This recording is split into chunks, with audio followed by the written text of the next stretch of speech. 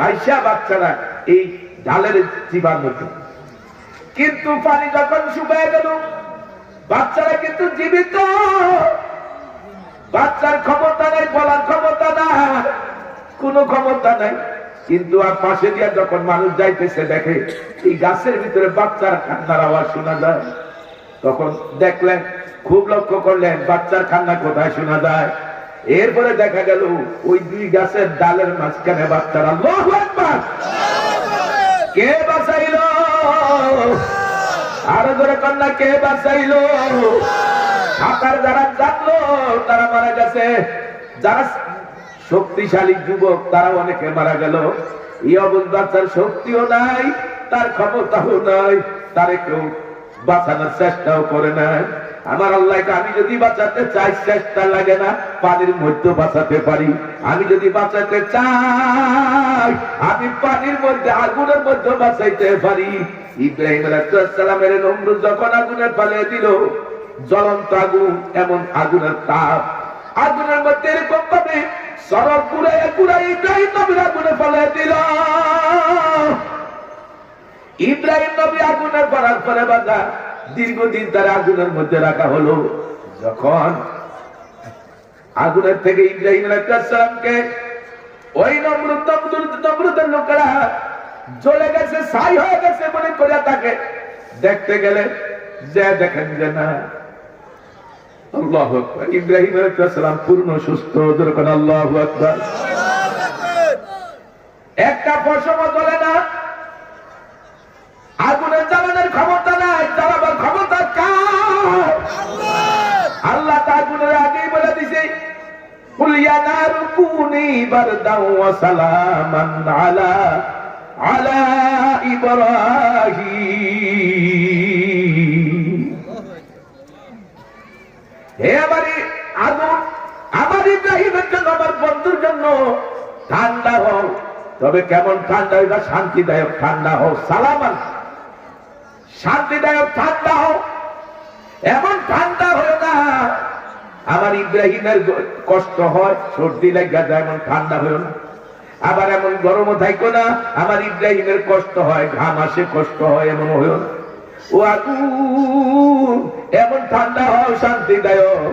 ইব্রাহিম আলাইহিস সালাম কোন এক সময় বলেছিলেন, নমরুদ আমার যতদিন আগুনে ফেলে রাখছিল, এই দিনগুলোর মতো আরামের দিন আমার জীবন আর কখনো কাটে না। এই আগুনের মধ্যে শান্তিতে রাখলো কে? মুখ দিয়ে আল্লাহ আসে না। এই আগুনের মধ্যে শান্তিতে ফুলের বাগানে রাখলো কে? সে আল্লাহ কি এখন আছে? আরো যখন আছে আমার আল্লাহ এখন তো মাঝে মাঝে অনেক ঘটনাই দেখায়, কিন্তু আমরা কপাল পোড়ারা জানি, শুনি, তারপরেও বুঝি না। কথা কথা ঠিক কিনা? আল্লাহকে বান্দা বান্দি বানাইছি তোমাদেরকে আমার গোলামির জন্য, আমার দাসত্বের জন্য, আর আমার গোলামি করার জায়গা দুনিয়া। নবীজি বললেন, ক্বালান নবী সাল্লাল্লাহু আলাইহি ওয়াসাল্লাম, দুনিয়া মাযরাতুল আখিরা, দুনিয়া হলো আখিরাত কামাই করার জায়গা, আর আখিরাত হলো মাত্র ভোগ করার জায়গা। আখিরাত শুধুমাত্র ভোগ করার জায়গা, দুনিয়াই হলো আমাদের নেকামলের জায়গা। কবর যায় নেকামলের শুধু। কোটি কোটি বার মরণের পরে কবর যদি আল্লাহরে ডাকি, কোটি কোটি বার যদি আল্লাহকে ডাকি, জিকির করি, সেজদা দিই, একটা সওয়াব হবে না? যখন হবে না বন্ধুরা আমার, তাইলে বুঝা গেল ইবাদত করার জায়গা, আল্লাহর ডাকার জায়গা, আল্লাহর গোলামি করার জায়গাটা হলো দুনিয়া। এইটা যারা বুঝে তারা কিন্তু 5 ওয়াক্ত নামাজ আদায় করি, তারপরে তারা বিভিন্ন নফল ইবাদত করে, বেশি বেশি নফল নামাজ পড়ে, বেশি বেশি নফল রোজা রাখে। কত মাস সারা দুনিয়ার মানুষ ঘুমে, একদল মানুষ রাত্রে 2টা 2:30 উঠে তাহাজ্জুদের নামাজ পড়া শুরু করে দেয়, ফজর পর্যন্ত নামাজ পড়ার জিকির করে আল্লাহর কাছে 2 ফুটা চোখের পানি ফলে কান্দে। কথা বলা ঠিক কিনা? এই চোখের পানির এত দাম, এত দাম। আল্লাহ রাসূল বলেন, আম্মা কামিন খশিয়াতিল্লাহি হারামাল্লাহু তিলকাল আইনা আলান নার, আল্লাহ ডরে জাহান্নামের ডরে যে ইমানদার বান্দা বান্দি দুনিয়াতে একটা চোখের পানি করে কাঁদবে, এই পানির বিনিময়ে আল্লাহ জাহান্নামের আগুন হারাম করে দিবে। আল্লাহ কবরে হাসরে কান্দাবে না, ফুলসরাতে কান্দাবে না, জাহান্নামে ফলে কাঁদবে না। জাহান্নামের কান্দার থেকে বাঁচতে চাইলে দুনিয়াতে আমাদের কান্দার বেশি দরকার, কথা না ঠিক কিনা? কান্দবেন কোথায়? দুনিয়া। আজকাল মাল হারাইলে কান্না আসে, আজকাল দুনিয়ার দরবারে কারবার থাকলে কান্না আসে, আজকাল দুনিয়াতে সম্পদ নষ্ট হলে কান্না আসে, ব্যবসায় লোকসান হলে কান্না আসে, নিজের আপনজন যদি কেউ নিজের আপনজন মারা যায় কান্না আসে, বাজার দুনিয়ার ক্ষতি হইলেই কান্না আসে।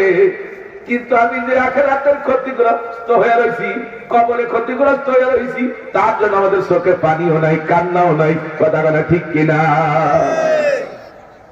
আবার কিছু কপাল করা রাখা, উনি বেশি কান্দে, বেশি গুনাহ করছে এই জন্য কান্দে।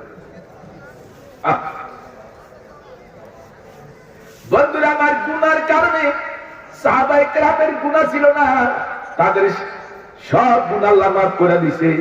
এরপরেও একজন সাহাবী কবরে যাওয়ার আগ মুহূর্ত পর্যন্ত কান্না ছাড়ে না, কথা বলে।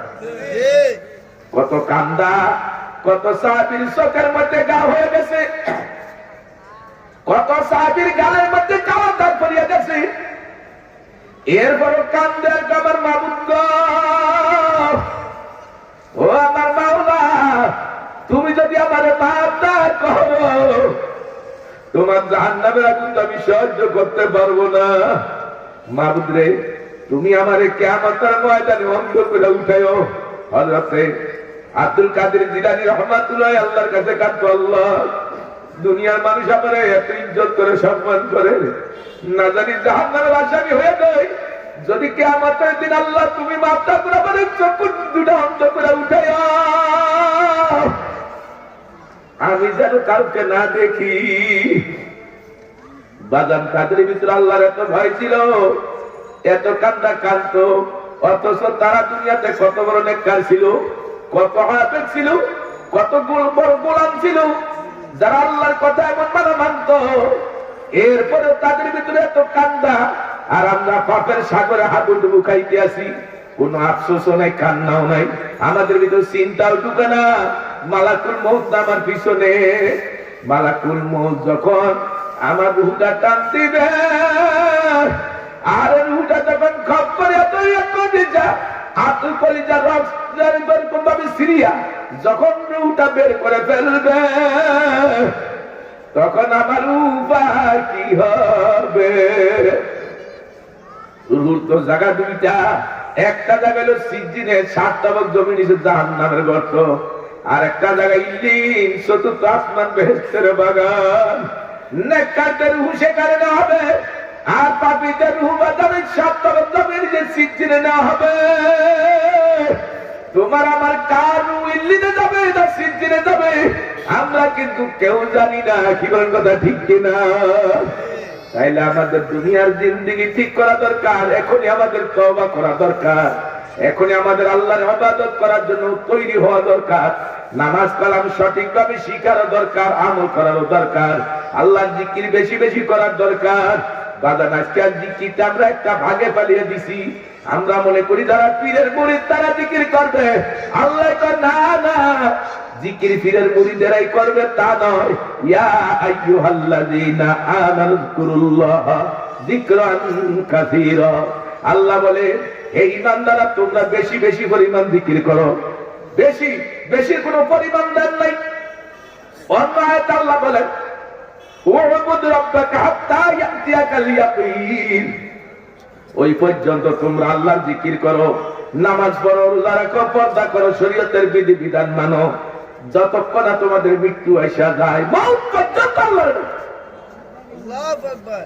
যেই ভান্ডার মধ্যে যেই জিনিসটাকে কাজ করলে কিন্তু সেটাই পড়ে, যেই ভান্ডার মধ্যে মধু রাখবেন ঢাললে মধু পড়বে, যেই ভান্ডার মধ্যে দুধ রাখবেন ঢাললে দুধ পড়বে, যেই ভান্ডার মধ্যে শরবত রাখবেন ঢাললে শরবত পড়বে। যেই মানুষের মধ্যে যে আমলের অভ্যাস থাকবে সেটাই তার থেকে প্রকাশ হয়ে যাবে। এই জন্য দেখবেন যারা দুনিয়াতে বেশি বেশি জিকির করতো, মরণের সময় তার মধ্যে আল্লাহর জিকির শুরু হয়ে যায়। বাজার হাতে পায়ে ধরিয়া বলবো আল্লাহ জিকিরের দ্বারা কলব সাফ হয়। দয়া নবী বলেন লিকুল্লি শাইইন সিফালা ওয়া সিফালাতুল কুলুবি যিকরুল্লাহ। প্রত্যেকটা জিনিস পরিষ্কার করার একটা ব্যবস্থা আছে, মাধ্যম আছে। কলব পরিষ্কারের ব্যবস্থা হলো আল্লাহ জিকিরের দ্বারা। কিসের দ্বারা? ধরে কর। জিকির যত বেশি হবে তত কলব পরিষ্কার হবে। কলব যত পরিষ্কার হবে ইবাদতে মজা লাগবে, স্বাদ লাগবে। এখন আমরা ইবাদত করি কথা ঠিক, কিন্তু মজা তো পাই না। কথা কথা ঠিক কিনা? নামাজ পড়া মজা পাই না, রুকু সাজদা করে মজা পাই না। আর এই ইবাদতে মজা না পাওয়ার পিছনে কারণ হলো আমার কলবের মধ্যে রোগ। জ্বর হলে দেখবেন পানি তিতা লাগে, মাছ গোস্ত ফলাও বিরিয়ানি তিতা লাগে। এগুলি আসলে তিতা না, জিহ্বার দোষে লাগে তিতা। আর জিহ্বার দোষ হলো জ্বর। কি বলেন? কথা ঠিক কিনা? তখন আমরা ডাক্তারের কাছে যাই, ডাক্তার একটা প্রেসক্রিপশন লিখে দেয়। ওই প্রেসক্রিপশন অনুযায়ী আমি ঔষধ ক্রয় করে তখন ঔষধ খাইতে থাকি, ব্যবহার করতে থাকি। আল্লাহর রহমতে জ্বর যখন ভালো হয়ে যায় তখন আর খানা খাইতে আর তিতা লাগে না, অরুচিও লাগে না। তখন পেট পুড়িয়ে খাইতে পারি। কথা বলা ঠিক কিনা? খানার জন্য খিদা দরকার, রুচির দরকার। ঠিক ততরূপ ইবাদত করার জন্য চাহিদা দরকার, কলবের রুচির দরকার। এই কলবের রুচি চাহিদা হয় যখন বান্দা আল্লাহর জিকির বেশি বেশি করে। কার জিকির? আল্লাহ বলে কদ আফলাহা মান তাযাক্কা ওয়া যাকারা ইসমা রাব্বিহি ফাসাল্লা। যারা আত্মশুদ্ধি অর্জন করেছে তারা সফল কাম হয়েছে। আত্মশুদ্ধি মানে কি? কলব যাদের সুস্থ, কলব যাদের রোগমুক্ত।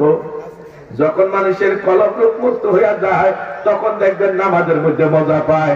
আগে আগে মসজিদে যে বসে থাকে, সবাই মসজিদ থেকে বের হয়ে যায়। আল্লাহর কিছু আশেক বান্দারা মসজিদে সবার পরে মসজিদ থেকে বের হয়। কথা বলা ঠিক কিনা? আল্লাহ রাসূল দয়ার নবী বলেন যখন একটা মানুষ মসজিদে আগে ঢুকে যতক্ষণ পর্যন্ত বসে বসে নামাজের অপেক্ষা করতে থাকে ততক্ষণ পর্যন্ত তার আমল নামায় শুধু নামাজ পড়ার সওয়াব হইতে থাকে। ধরবেন আল্লাহু আকবার। এই যা বুঝে যারা তারা কিন্তু আগে আগে মসজিদে সামনের কাতারে দিয়ে বসে। কথা বলে না।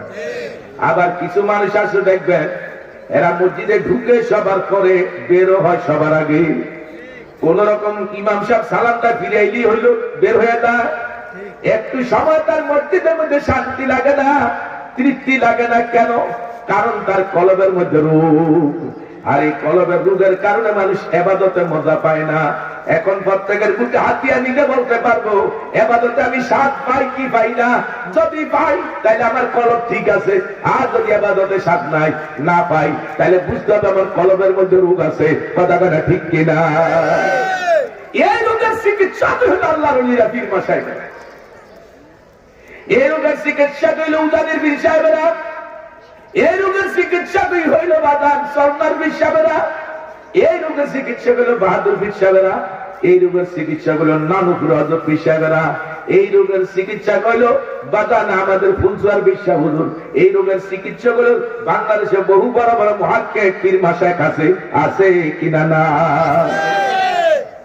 এরা হলো আমাদের রুহানি ডাক্তার। কত বেনামাজি, কত বেরোজগার, কত নেশাখোর, কত চোর ডাকাত দেখছি। আল্লাহর ওলিদের সান্নিধ্যে যখন গেছেন, আল্লাহর ওলিদের বয়ান শোনার পর এতটা পরিবর্তন দেখা গেছে। অনেক মানুষ বাজার আগে দাড়ি ছাড়তো, প্রতিদিন ক্লিন শেভ হইতো, কিন্তু আল্লাহর ওলিদের কথা শোনার পরে ক্লিন শেভ বন্ধ হইয়া দাড়ি রেখে দিছে। কথা কথা ঠিক না বেঠে?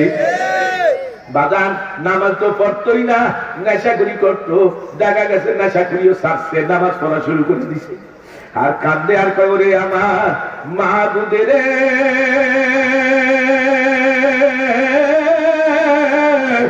ওরে আমার মাশুক রে, তুমি যদি মাফ না করো আমার উপায় নাই।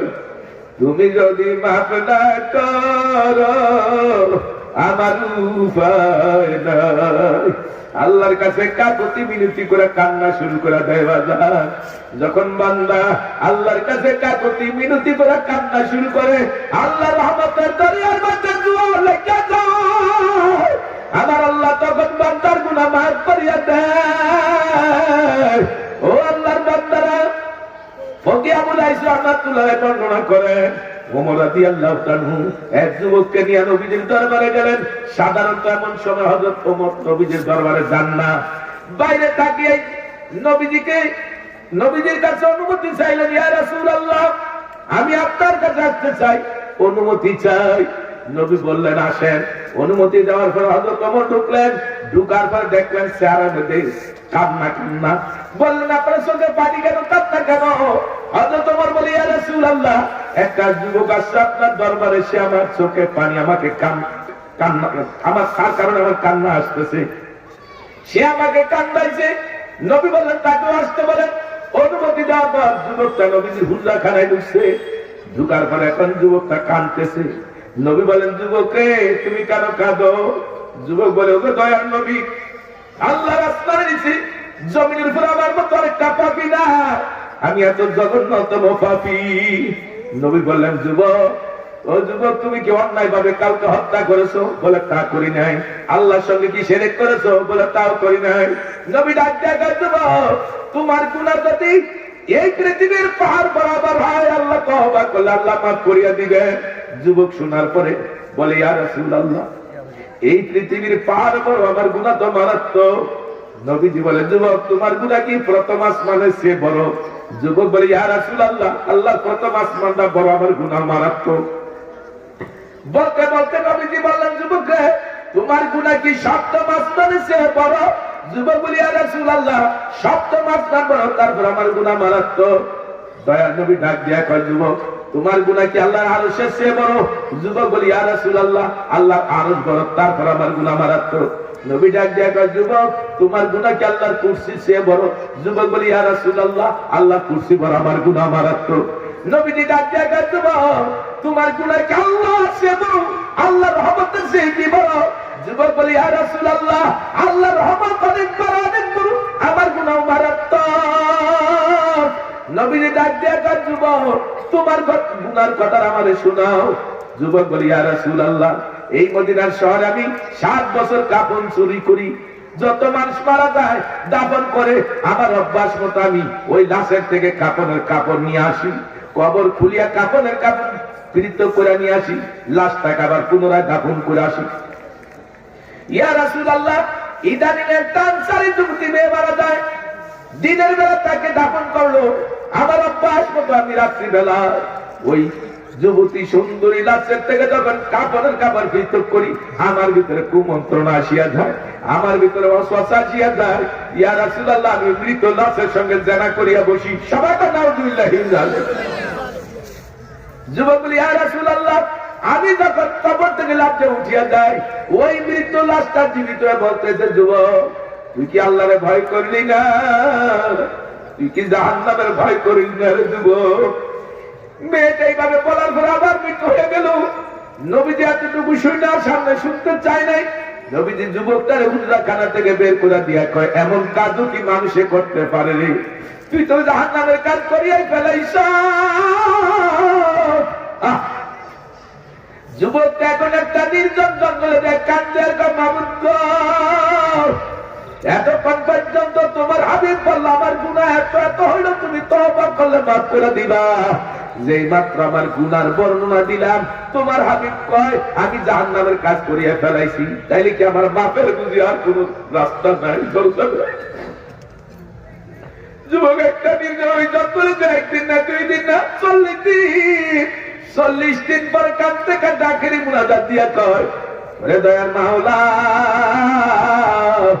তুমি যদি আমার মাফ নাই করবা, নাই করে থাকো, তাহলে আকাশ থেকে আগুনের বৃষ্টি দিয়ে আমার জ্বালিয়ে ছাই ছাই করে দাও। আমি তোমার জাহান্নামের আযাব সহ্য করতে পারবো না, দুনিয়াতে আমার জ্বালায় নষ্ট করে দাও। আর যদি তুমি আমার মাফ করে থাকো, তোমার হাবিবের কাছে, তোমার হাবিবের সাহাবীদের কাছে জানিয়ে দাও মাফ করে দিছ। এইভাবে যখন দাঁড়িয়ে কান্নাকাটি শুরু করছে, আল্লাহ রহমতে দরিয়ার মধ্যে জোয়ার এসে গেছে। আল্লাহ ডাক দিয়ে কয়, জিবরাইল রে আর তো সহ্য হয় না, আমার হাবিবকে সালাম দিয়া বলবি, আমার হাবিবের দরজা থেকে যে যুবকেরা ফিরে দিছে, আমি আল্লাহ শেষ পর্যন্ত যুবকের ফিরাইতে পারলাম না। আমি আল্লাহ তারে মাফ করে দিছি। ওই যুবককে ডাইকাই না বলতে আমার হাবিবকে বলো ডাইকাই না যেন জানায় দেয় যুবকের মাফ করে দিছি। এখন থেকে যদি সে নেয় কেমন করে আল্লাহর সে জান্নাতে যাবে, সে জান্নাতি হবে, তাকে এইভাবে বলে দিও। জিবরাইল এসে সালাম দিয়া কই, ইয়া রাসূলুল্লাহ, আল্লাহ সালাম পাঠাইছে, এই মানব দানব আপনি বানাইছেন, আল্লাহ বানাইছে? কই সবই তো আল্লাহ বানাইছে, আমাকে তো আল্লাহ বানাইছে। এবার জিবরাইল বলে, ইয়া রাসূলুল্লাহ, আপনার দরজা থেকে যে যুবককে ফিরিয়ে দিয়েছে আল্লাহ দরজা থেকে আল্লাহ ফিরাইতে পারে না, আল্লাহ তারে মাফ করে দিছে। ওই যুবককে আপনি ডাইকানে জানায় দেন আল্লাহ তাকে মাফ করে দিছি। এত বড় গুনাহগার পাপীকে তওবার কারণে যদি আল্লাহ মাফ করে দিয়া থাকে, তাইলে বাদা আমরা যদি আল্লাহর কাছে তওবার মতো তওবা করতে পারি, আমাদেরকে আল্লাহ মাফ করার জন্য তৈয়ার। কি বলেন কথা ঠিক কিনা? তওবা মানে কি? যেই গুনাহ অতীতে করেছি সেই গুনাহ আর না করার ব্যাপারে আল্লাহর সাথে ওয়াদাবদ্ধ হওয়া। যেই গুনাহ করছি গুনার ব্যাপারে লজ্জিত হওয়া, শর্মিন্দা হওয়া, ওই গুনাহের জন্য আল্লাহর কাছে ক্ষমা প্রার্থনা করা। মাবুদ গো, আমি আর জীবনে এই গুনাহ পুনরায় করব না। এইভাবে তওবা করতে পারলে, আল্লাহর কাছে ওয়াদাবদ্ধ হলে আমার আল্লাহ অতীতের গুনাহ মাফ করে দেয়। তাই আমার ভাইরা, আমি অনুরোধ জানাবো, আজকের এই মাহফিল আমাদের জন্য বড় নিয়ামত। যুবকদেরকে বলো, হে যুবকেরা, বাবা আজকের মাহফিল তোমাদের জন্য বড় নিয়ামত। জানি না আজকের মাহফিলটা কার জীবনের শেষ মাহফিল নেই, কার জানি আজকের মাহফিল শেষ, আর হয়তো সুযোগ হবে না মাহফিল শোনার। কি বলেন কথা ঠিক না ঠিক? এমন ঘটনা বহুত হয় কি হয় না? এই মাদ্রাসার প্রতিষ্ঠাতা প্রথম থেকে যে পরিচালক ছিলেন হাফেজ উসমান গনি, আজকে তো দুনিয়াতে না। বন্ধুরা, আজ থেকে 2.5 বছর আগে সে দুনিয়া থেকে বিদায় হয়ে গেছে। আরে এই মাদ্রাসার জন্য কত মেহনত তার ছিল, কত চেষ্টা তার ছিল। আজকে কোথা, বয়স তো অনেক বেশি ছিল না, অল্প বয়সের একটা জুয়ান ছেলে, কিন্তু এভাবে দুনিয়া থেকে চলে যাবে কেউ কোনোদিন কল্পনাও করতে পারে না। আমরা কোনোদিন এই কথাটা আমাদের দিলেও আসে না। কথা কথা ঠিক না ঠিক?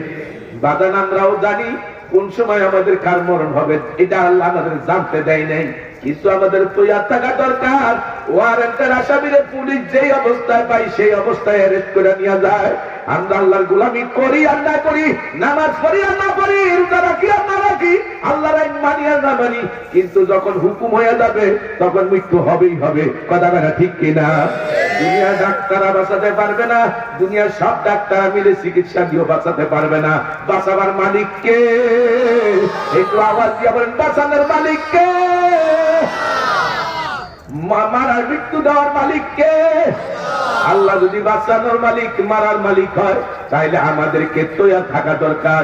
ওয়ারেন্টের আসামিরে যেমনে পায় তেমনে নিয়ে যায়। আমরা ওয়ারেন্টের আসামির মতো নামাজের মধ্যে, জিকিরের মধ্যে, তেলাওয়াতের মধ্যে, ভালো কথার মধ্যে, ভালো কাজের মধ্যে আমরা থাকবো।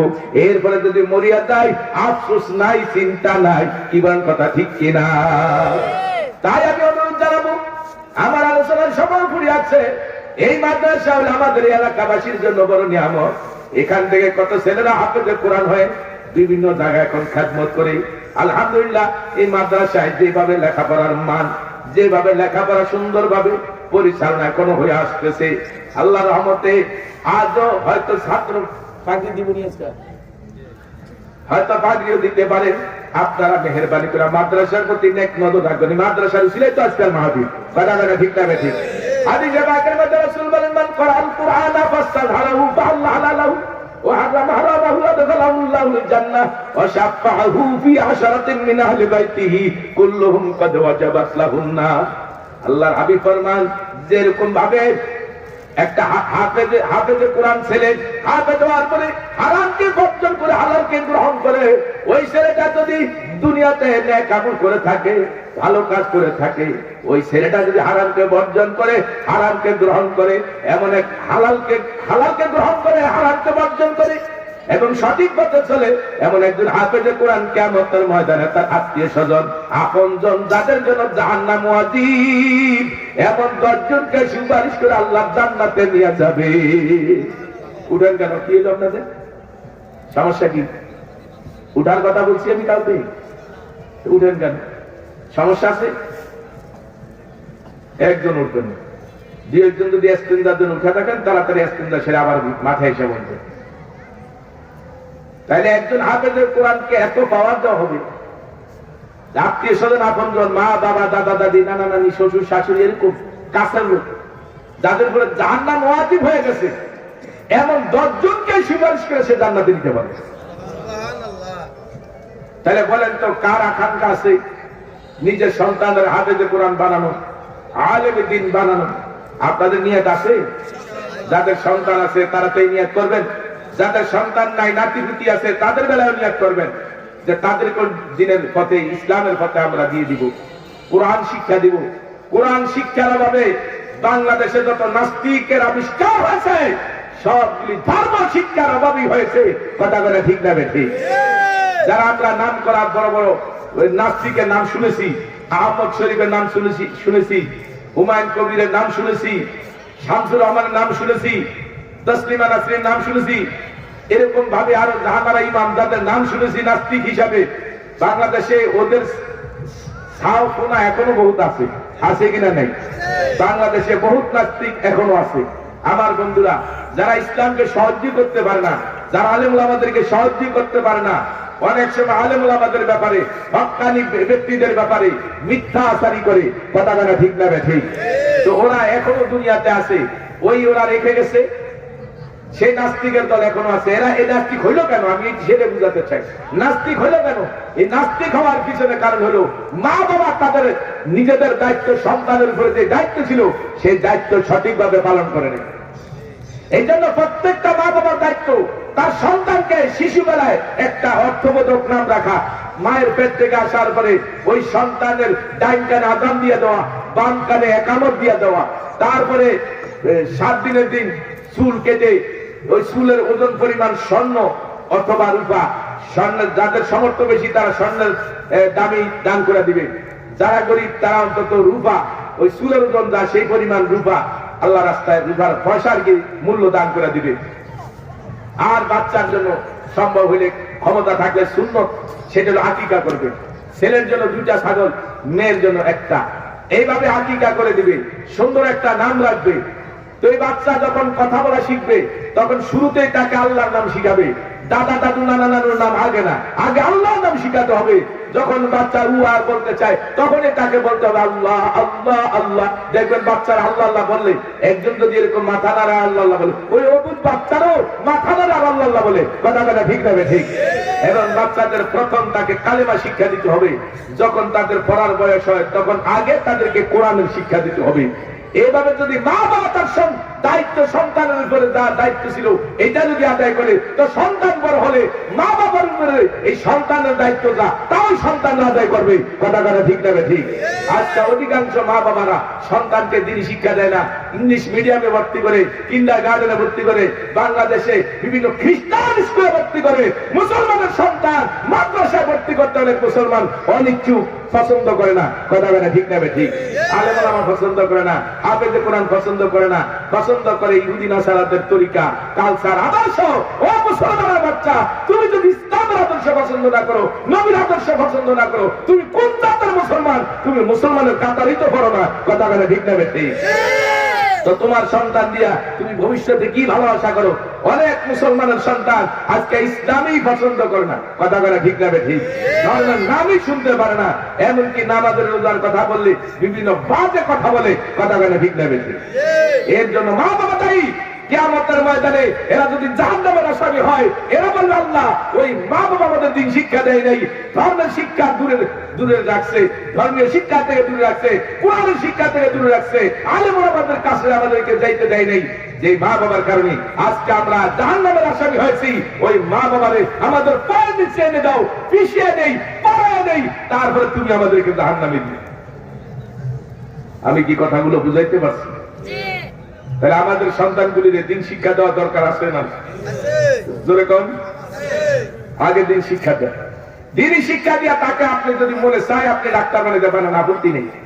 বাংলাদেশে যে শিক্ষা ব্যবস্থা আমাদের দেশে রয়েছে, যে শিক্ষার মধ্যে ইসলামের নাম গত পর্যন্ত তুলে দেওয়া হয়েছে, কথা বলে ঠিক না ঠিক?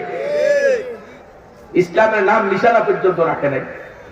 সেই শিক্ষা সেই শিক্ষায় শিক্ষিত হয়ে এদেশের ছেলেরা ডক্টরেট ডিগ্রিদার হতে পারে, ইঞ্জিনিয়ার হতে পারে, জজ ব্যারিস্টার হতে পারে, ডিসিএসপি হতে পারে, কিন্তু মুসলমান হতে পারবে না। কথা বলে ঠিক না ঠিক? মুসলমান হতে হলে মুসলমানি শিক্ষা লাগবে। মুসলমান ব্যক্তিদের কাছে, হক্কানি উলামায়ে কেরামের কাছে তাদের বেশি যাতায়াত করতে হবে, তাদের সান্নিধ্যে বেশি গ্রহণ করতে হবে। কথা বলে ঠিক না? তাহলে পরে আর আফসোস করতে হবে না। এই সন্তান মা বাবার জন্য দোয়া করবে, রব্বির হামহুমা কামা রাব্বায়ানি সগীরা, রব্বির হামহুমা কামা রাব্বায়ানি সগীরা। এই সন্তান যখন মা বাবার জন্য দোয়া করে, মাবুদ গো, আমার মা বাবা যেমন ছোটবেলা আমাকে লালন পালন করেছিল, আদর করে পালছিল, দয়া করে যেমন আমার মা বাবা আমাকে আদর মায়া করে দুনিয়াতে পালছিল শিশুবেলা, ও আল্লাহ, এখন আমার মা বাবারও তুমি মাফ করে দাও। আমাদেরকে যেরকম তারা আদর করছে, দয়া করছে, তুমিও দয়া করে আমার মা বাবারে মাফ করে দাও। ওই মা বাবার জন্য সন্তান যখন দোয়া করে, সন্তানের চোখের পানি নাকের গুড়ায় আসার আগে আল্লাহ তার মা বাবারে মাফ করে দেয়। এই জন্য এমন সন্তান বানাও যে সন্তান তোমার জানাজা দিতে পারে, এমন নাতি বানাও যে নাতি তোমার জানাজা দিতে পারে, এমন সন্তান বানাও, এমন নাতি বানাও যে তোমার মৃত্যুর পর তোমার দিয়া দোয়া করতে পারে। বাজান, নিজের সন্তান, নিজের নাতি, নিজের আপনারা যেইভাবে জানাজা দিবে, যেইভাবে আবেগ আর মায়া নিয়ে জানাজা দাঁড়াবে, এই আবেগ মায়া দুনিয়ার কোন বড় হুজুরও করতে পারবে না। কোন বড় হুজুরের ভিতরে আবেগ মায়া আসবে না। কথা বলা ঠিক কিনা? এর জন্য প্রতিটা মানুষের দরকার তার সন্তানকে, তার আপনজনদেরকে, বাজার যদি কোন মাদ্রাসার ক্ষেত্রে ছেলে তো গাঁজাখোর হয় না, নেশাখোর হয় না, চোর ডাকাত হয় না, খুনাখুনি করে না, যত খুনাখুনি করে, যত নেশাখুনি করে, যত ব্যবসা করে, যত চুরি ডাকাতি করে, যত মানুষের হক নষ্ট করে, যত মানুষের গায়ে আঘাত করে, এগুলি সবগুলি দেখবেন বদমাইশ। কথা কথা ঠিক কিনা? কোন ভালো সন্তান মা বাবার সাথে, কোন আলেমের সাথে বেয়াদবি করে না। কথা কথা ঠিক নেবে আমার? হারায় আফসোস করে তো কোনো লাভ হবে না। হারামের আমি সচেতন থাকতে হবে। আমার সন্তান যেন ইসলামের শত্রু না হয়, আমার সন্তান যেন মুসলমান হয়, আমার সন্তান যেন পরকালে মুক্তি পাওয়ার জন্য তৈরি হয়। এটা আমাদের সবার দিলের মধ্যে থাকতে হবে। আমি 9 মিনিট ওভার করে ফেলাইছি। আমার কথা ছিল 9:30, কিন্তু আমি সময় আমার ওখানে যে আবার কি বলে আলোচনায় বসতে হবে। যতটুকু বললাম আমল করার তৌফিক আল্লাহ আমাকে দান করেন। আপনারা যারা শুনলেন আপনাদেরকে আমল করার তৌফিক দান করেন। আমিন। আর আমিন। উজানি পীর সাহেব হুজুর এসে